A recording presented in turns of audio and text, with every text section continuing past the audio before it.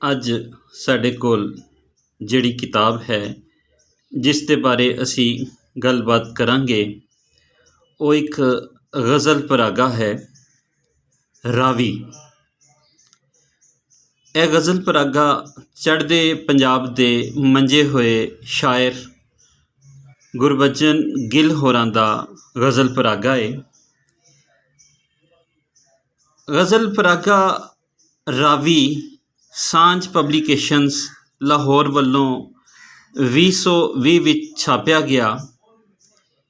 ਇਹ ਗਜ਼ਲ ਪਰਾਗਾ ਉਦੋਂ ਛਾਪਿਆ ਗਿਆ ਜਿਸ ਵੇਲੇ ਪੂਰੀ ਦੁਨੀਆ ਦੇ ਵਿੱਚ ਲੋਕਡਾਊਨ ਸੀ ਅਤੇ ਇਸ ਲੋਕਡਾਊਨ ਦੇ ਦੌਰਾਨ ਜਿਹੜੀਆਂ ਵਧੀਆ ਕਿਤਾਬਾਂ ਆਈਆਂ ਉਹ ਪਾਠਕਾਂ ਤੀਕਰ ਉਸੇ ਤਰ੍ਹਾਂ ਪਹੁੰਚ ਨਹੀਂ ਸਕੀਆਂ ਜਿਵੇਂ ਦੂਜੀਆਂ ਵੇਲਿਆਂ ਦੇ ਵਿੱਚ ਕਿਤਾਬਾਂ ਅਪੜਦੀਆਂ ਸਨ। ਰਾਵੀ ਦੇ ਉੱਤੇ ਗੱਲਬਾਤ ਕਰਦਿਆਂ ਹੋਇਆਂ ਇੱਕ ਵਾਰ ਪੁਰਾਣਾ ਜੇ ਅਸੀਂ ਦੇਖੀਏ ਤਾਂ ਇਹ ਅਸੀਂ ਗਜ਼ਲ ਪਰਾਗਾ ਚੁਣਿਆ ਹੈ। ਇਹਦੀ ਵਜ੍ਹਾ ਇਹੀ ਰਹੀ ਕਿ ਸਾਡੇ ਤੀਕਰ ਥੋੜ੍ਹੇ ਚਿਰਾਂ ਬਾਅਦੋਂ ਅਪੜਿਆ, ਪਰ ਜਦੋਂ ਇਹ ਗਜ਼ਲ ਪਰਾਗਾ ਆਇਆ ਅਸੀਂ ਦੇਖਿਆ ਅਤੇ ਮਹਿਸੂਸ ਕੀਤਾ ਕਿ ਪੰਜਾਬ ਦੇ ਵੱਡੇ ਦਰਿਆ ਅਤੇ ਉਹਨਾਂ ਦੇ ਆਲੇ ਦੁਆਲੇ ਵਸਦੇ ਵਸੇਬ ਨੂੰ ਮੌਜੂ ਬਣਾਉਂਦਿਆਂ ਹੋਇਆਂ ਗੁਰਬਚਨ ਗਿੱਲ ਹੋਰਾਂ ਨੇ ਬਹੁਤ ਸੋਹਣੇ ਅੰਦਾਜ਼ ਦੇ ਨਾਲ ਆਪਣੇ ਵਿਚਾਰ ਪਾਠਕਾਂ ਤੀਕਰ ਅਪਣਾਏ ਨੇ। ਰਾਵੀ ਅਤੇ ਪੰਜਾਬ ਦਾ ਸੰਬੰਧ ਚਿਰਾਂ ਤੋਂ ਹੈ, ਸਦੀਆਂ ਤੋਂ ਹੈ, ਅਤੇ ਉਹਦੇ ਆਲੇ ਦੁਆਲੇ ਵਸਦਾ ਵਸੇਬ, ਉਸ ਵਸੇਬ ਦੇ ਵਸਨੀਕ, ਉਹਨਾਂ ਵਸਨੀਕਾਂ ਦੀ ਰਹਿਤਲ ਨਾਲ ਜੁੜੀਆਂ ਆਦਤਾਂ, ਰਸਮਾਂ, ਰਿਵਾਜ, ਇਹ ਸਾਰੀਆਂ ਗੱਲਾਂ ਨੂੰ ਗੁਰਬਚਨ ਗਿੱਲ ਹੋਰਾਂ ਨੇ ਸ਼ੇਰਾਂ ਦਾ ਅਜਿਹਾ ਬਾਨਾ ਪਵਾਇਆ ਹੈ ਕਿ ਉਹ ਸਾਨੂੰ ਪੰਜਾਬ ਦੀ ਤਸਵੀਰ ਵਿਖਾਉਂਦੇ ਹੋਏ ਨਜ਼ਰ ਆਉਂਦੇ ਨੇ। ਇਸ ਕਿਤਾਬ ਦਾ ਫਲੈਪ ਜ਼ਾਹਿਦ ਹਸਨ ਹੋਰਾਂ ਨੇ ਲਿਖਿਆ ਹੈ। ਉਹੀ ਤਹਿਰੀਰ ਜਿਹੜੀ ਆ, ਲਿਖਤ ਜਿਹੜੀ ਹੈ, ਉਹ ਅੰਦਰ ਜ਼ਾਹਿਦ ਹੁਸੈਨ ਦੇ ਨਾਂ ਤੋਂ ਛਾਪੀ ਗਈ ਹੈ। ਜ਼ਾਹਿਦ ਹਸਨ ਤਾਂ ਪੰਜਾਬੀ ਜ਼ੁਬਾਨ ਦੇ ਵੱਡੇ ਨਾਵਲਕਾਰ, ਕਹਾਣੀਕਾਰ ਨੇ।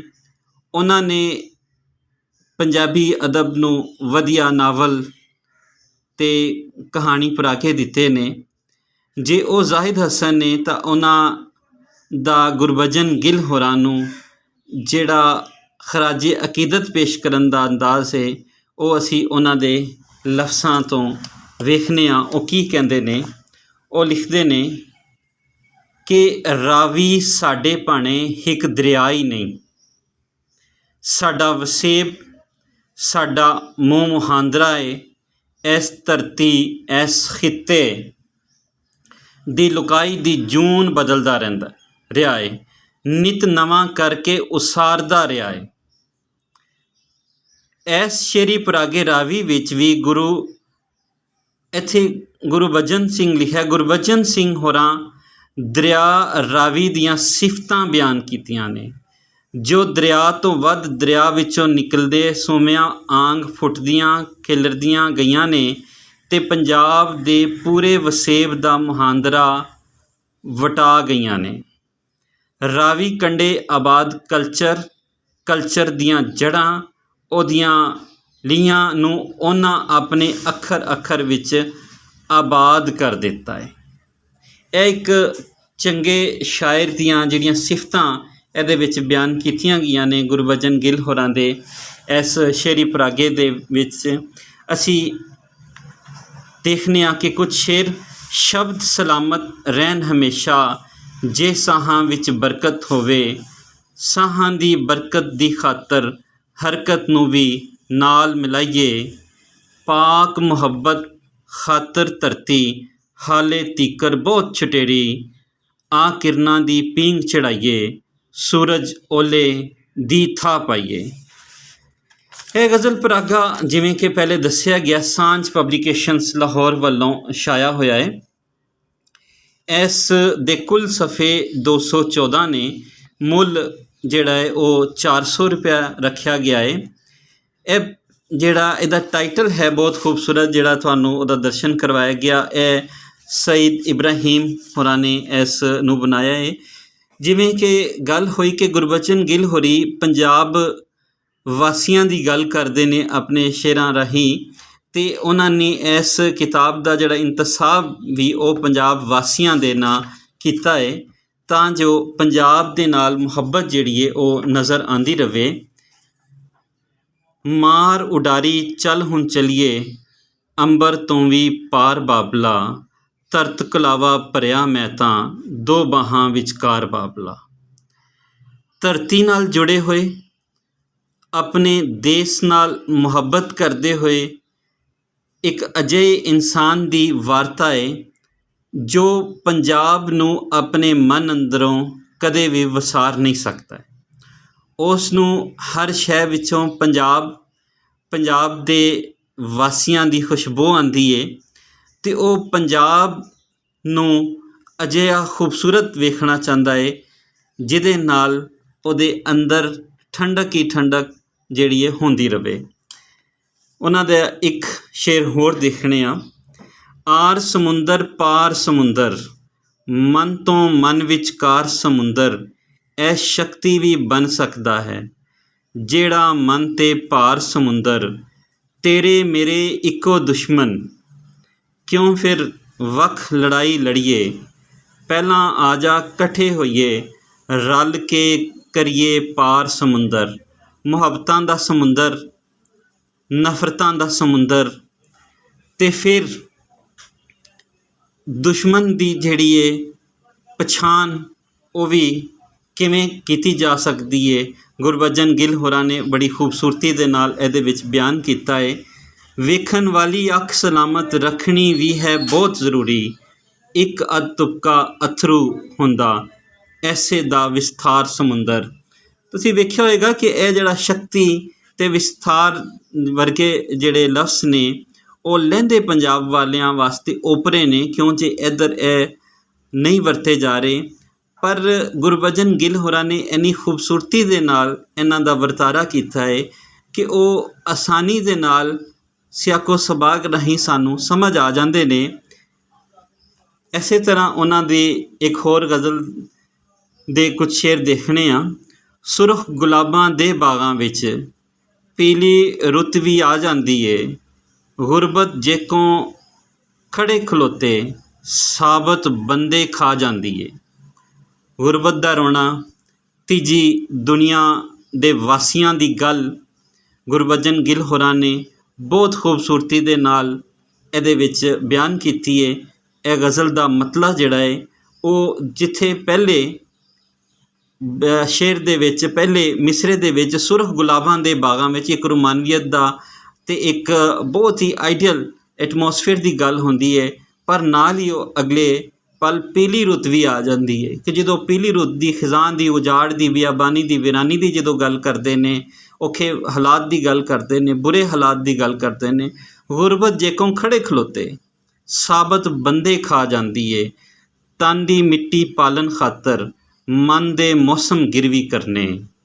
ਤਨ ਦੀ ਮਿੱਟੀ ਪਾਲਣ ਖਾਤਰ, ਮਨ ਦੇ ਮੌਸਮ ਗਿਰਵੀ ਕਰਨੇ, ਵੇਖ ਲਓ ਇੱਕ ਬੁਰਕੀ ਸਾਨੂੰ ਕਿੰਨੇ ਸਬਕ ਸਿਖਾ ਜਾਂਦੀ ਏ। ਇੱਕ ਬੁਰਕੀ ਦਾ ਰੌਲਾ, ਇੱਕ ਬੁਰਕੀ ਢਿੱਡ ਵਾਸਤੇ ਇੱਕ ਬੁਰਕੀ ਹਾਸਿਲ ਕੀਤੀ ਜਾ ਰਹੀ ਹੈ, ਫਿਰ ਉਹ ਕਿੰਨੇ ਸਬਕ ਸਿਖਾ ਰਹੀ ਹੈ। ਕਿੱਥੇ ਅਨਾ ਮਰਦੀ ਹੈ, ਕਿੱਥੇ ਮਕਰੂਜ਼ ਹੋਣਾ ਪੈਂਦਾ ਹੈ, ਕਿੱਥੇ ਮਜ਼ਦੂਰੀਆਂ ਕਰਨੀਆਂ ਪੈਂਦੀਆਂ ਨੇ, ਕਿੱਥੇ ਤੀਜੀ ਦੁਨੀਆ ਨੂੰ ਤਰੱਕੀ ਯਾਫਤਾ ਮੁਲਕਾਂ ਦੇ ਸ਼ੋਸ਼ਣ ਦਾ ਸ਼ਿਕਾਰ ਹੋਣਾ ਪੈਂਦਾ ਹੈ। ਉਹ ਬਹੁਤ ਖੂਬਸੂਰਤੀ ਦੇ ਨਾਲ ਗੁਰਬਚਨ ਗਿੱਲ ਹੋਰਾਂ ਨੇ ਆਪਣੇ ਸ਼ੇਰਾਂ ਵਿੱਚ ਬਿਆਨ ਕੀਤਾ ਹੈ। ਗੁਰਬਚਨ ਗਿੱਲ ਹੋਰਾਂ ਦੀ ਇਹੀ ਖਾਸੀਅਤ ਹੈ ਕਿ ਉਹ ਆਪਣੇ ਸ਼ੇਰਾਂ ਵਿੱਚ ਕੋਈ ਨਾ ਕੋਈ ਸੁਨੇਹਾ ਦੇ ਰਹੇ ਨੇ, ਕੋਈ ਨਾ ਕੋਈ ਆਉਣ ਵਾਲੇ ਵੇਲੇ ਦੀ ਗੱਲ ਦੱਸਦੇ ਪਏ ਨੇ।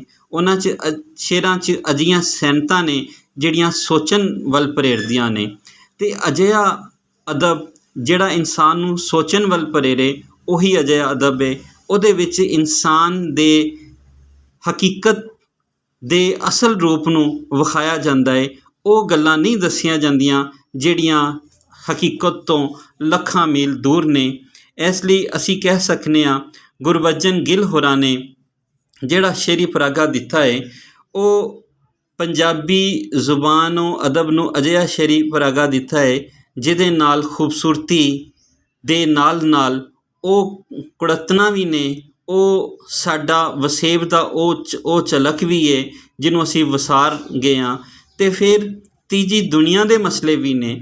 ਰੋਮਾਨੀਅਤ ਦਾ ਪੱਖ ਬਹੁਤ ਘੱਟ ਹੈ, ਪਰ ਜਿੱਥੇ ਜਿੱਥੇ ਉਹ ਹਕੀਕਤ ਨੂੰ ਬਿਆਨ ਕਰਦੇ ਨੇ ਉੱਥੇ ਕੁੜੱਤਣ ਜਿਹੜੀ ਹੈ ਉਹ ਚੋਖੀ ਨਜ਼ਰ ਆਉਂਦੀ ਹੈ।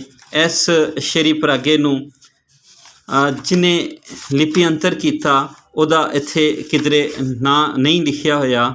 ਸ਼ਾਇਦ ਇਹ ਲਿਪੀ-ਅੰਤਰ ਜਿਹੜਾ ਹੈ ਉਹ ਕਿਸੇ ਹੋਰ ਨੇ ਕੀਤਾ ਹੈ, ਪਰ ਗੁਰਬਚਨ ਸਿੰਘ ਹੋਰਾਂ ਦਾ ਇਹ ਸ਼ੇਰੀ ਪਰਾਗਾ ਇੱਕ ਵਧੀਆ ਸ਼ੇਰੀ ਪਰਾਗਾ ਹੈ। ਲਹਿੰਦੇ ਪੰਜਾਬ ਅੰਦਰ ਗੁਰਬਚਨ ਗਿੱਲ ਹੋਰਾਂ ਦੇ ਇਸ ਸ਼ੇਰੀ ਪਰਾਗਾ ਨੂੰ ਜੀ ਆਇਆਂ ਨੂੰ ਆਖਿਆ ਜਾਂਦਾ ਹੈ ਅਤੇ ਆਸ ਕਰਨੇ ਹਾਂ ਕਿ ਉਹ ਅਜਿਹੀਆਂ ਕਿਤਾਬਾਂ ਛਾਪਣ ਦਾ ਪ੍ਰਬੰਧ ਚੜ੍ਹਦੇ ਅਤੇ ਲਹਿੰਦੇ ਪੰਜਾਬ ਦੋਵਾਂ ਵਿੱਚ ਕਰਦੇ ਰਹਿਣਗੇ, ਤਾਂ ਜੋ ਇੱਕ ਵਧੀਆ ਸ਼ਾਇਰੀ ਜਿਹੜੀ ਹੈ ਉਹ ਦੋਵਾਂ ਹਿੱਸਿਆਂ ਵਿੱਚ ਪੜ੍ਹੀ ਜਾਏ। ਕਿਉਂ ਜੇ ਸਾਡੇ ਮਸਲੇ ਸਾਂਝੇ ਨੇ, ਸਾਡੇ ਦੁੱਖ ਸਾਂਝੇ ਨੇ, ਸਾਡੇ ਸੁੱਖ ਸਾਂਝੇ ਨੇ, ਸਾਡੀਆਂ ਰੀਤਾਂ ਰਿਵਾਜ਼ਾਂ ਰਸਮਾਂ ਜਿਹੜੀਆਂ ਨੇ ਉਹ ਸਾਂਝੀਆਂ ਨੇ, ਅਤੇ ਇਸ ਸਾਂਝ ਨੂੰ ਅਦਬ ਦੇ ਨਾਲ ਹੋਰ ਪੱਕਾ ਪਟੀਰਾ ਕੀਤਾ ਜਾ ਸਕਦਾ ਹੈ। ਗੁਰਬਚਨ ਗਿੱਲ ਹੋਰਾਂ ਨੇ ਇਹ ਸ਼ੇਰੀ ਪਰਾਗਾ ਰਾਵੀ ਦੇ ਵਿੱਚ ਜੋ ਪੰਜਾਬ ਦੀ ਰਹਿਤਲ, ਪੰਜਾਬ ਦੇ ਸਮਾਜ ਅਤੇ ਪੰਜਾਬ ਦੇ ਵਸਨੀਕੀਆਂ ਦੀਆਂ ਗੱਲਾਂ ਕੀਤੀਆਂ ਨੇ, ਉਹ ਦੋਵਾਂ ਪੰਜਾਬਾਂ ਦੀ ਗੱਲ ਹੈ ਅਤੇ ਦੋਵਾਂ ਦੇ ਵਿੱਚ ਹੀ ਸਿਫਤਾਂ ਵੀ ਨੇ। ਅਤੇ ਫਿਰ ਗੁਰਬਚਨ ਗਿੱਲ ਹੋਰਾਂ ਦੀਆਂ ਸ਼ਾਇਰੀ ਦੀਆਂ ਜਿਹੜੀਆਂ ਸਿਫਤਾਂ ਨੇ ਉਹ ਹੱਦੋਂ ਵੱਧ ਵੱਧਦੀਆਂ ਜਾਂਦੀਆਂ ਨੇ ਜਿਵੇਂ ਜਿਵੇਂ ਅਸੀਂ ਉਹਨਾਂ ਦੇ ਸ਼ੇਰਾਂ ਨੂੰ ਪੜ੍ਹਦੇ ਹਾਂ, ਅਤੇ ਉਹਨਾਂ ਦੇ ਵਿੱਚ ਜਿਹੜੇ ਮਤਲਬ ਨੇ, ਜਿਹੜੇ ਫਲਸਫੇ ਨੇ, ਜਿਹੜੀ ਸੋਚ ਹੈ ਉਹ ਹੋਰ ਵਜ਼ਾਹਤ ਦੇ ਨਾਲ ਸਾਡੇ ਸਾਹਮਣੇ ਆਉਂਦੀ ਜਾ ਰਹੀ ਹੈ। ਇਸ ਨੂੰ ਸਾਂਝ ਪਬਲੀਕੇਸ਼ਨਸ ਲਾਹੌਰ ਵੱਲੋਂ ਛਾਪਿਆ ਗਿਆ ਹੈ।